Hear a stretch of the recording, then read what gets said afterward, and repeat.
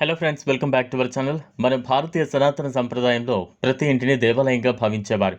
ఎందుకంటే మన పూర్వీకులు గృహాన్ని కేవలం నివాసంగా కాకుండా ఓ పవిత్ర స్థలంగా చూసేవారు. ప్రతి ఉదయం లేచి ఇంటిని శుభ్రపరచడం, గోమయంతో ముగ్గులు వేసి దీపాలు వెలిగించడం వంటివి దేవతల సాన్నిధ్యానికి ఆహ్వానం లాంటివి.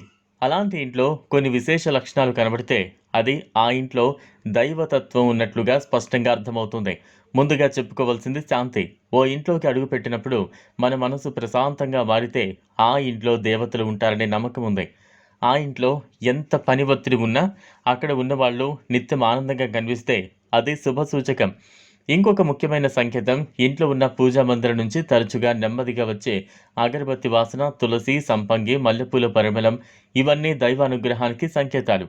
కొన్నిసార్లు ఏవైనా పువ్వులు దొరకకపోయినా పూజా గదిలో స్వచ్ఛమైన పరిమళం రావడం దేవతలు అక్కడ ఉన్నట్లుగా భావించవచ్చు. ఇంట్లో పిల్లలు ఎంతో చలాకీగా ఉండటం, వారికి ఎలాంటి అనారోగ్యం రాకపోవడం ఒక దైవ కృపగా ఉదాహరణ. ఎందుకంటే దేవతలు ఉన్న ఇంట్లో చిన్నపిల్లలు, జంతువులు సంతోషంగా ఉంటాయి. పక్షులు వచ్చి ఇంటి ఆవరణలో కూర్చోవడం, గూళ్లు వేసుకోవడం కూడా పవిత్రతకు సూచనగా పరిగణించబడుతోంది. ఇంట్లో మెలకువైన దీపం ఎప్పుడూ శుభసూచకం. ఉదయాన్నే దీపం వెలిగించి ఆ కాంతితో ఇంట్లోని చీకటిని తూర్పు చేయడం ద్వారా దేవతలు నిలుచునే స్థలంగా ఇంటిని తీర్చిదిద్దుతాం. ఆ దీపం సజీవంగా చల్లగా వెలిగితే అది శుభఫలాన్ని సూచిస్తుంది. ఎప్పుడైనా దీపం ఒక్కసారిగా ఆరిపోవడం లేదా నెమ్మదిగా ఒరిగిపోవడం వంటివి కూడా దైవ సందేశంగా భావించబడతాయి. ఇంకొక విశేషమైన లక్షణం కుటుంబంలోని సభ్యుల మధ్య పరస్పర స్నేహం, ప్రేమ, అవగాహన ఉండటం. దేవతలు ఉన్న ఇంట్లో కలహాలు తక్కువగా ఉంటాయి. మాటల తగాదాలు, ఆందోళనలు ఎక్కువగా ఉండవు.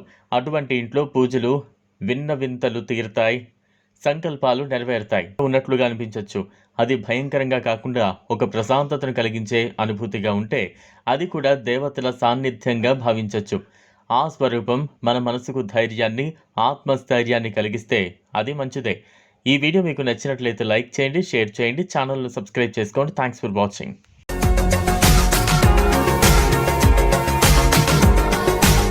మరిన్ని అప్డేట్స్ కోసం మా ఛానల్ని సబ్స్క్రైబ్ చేయండి.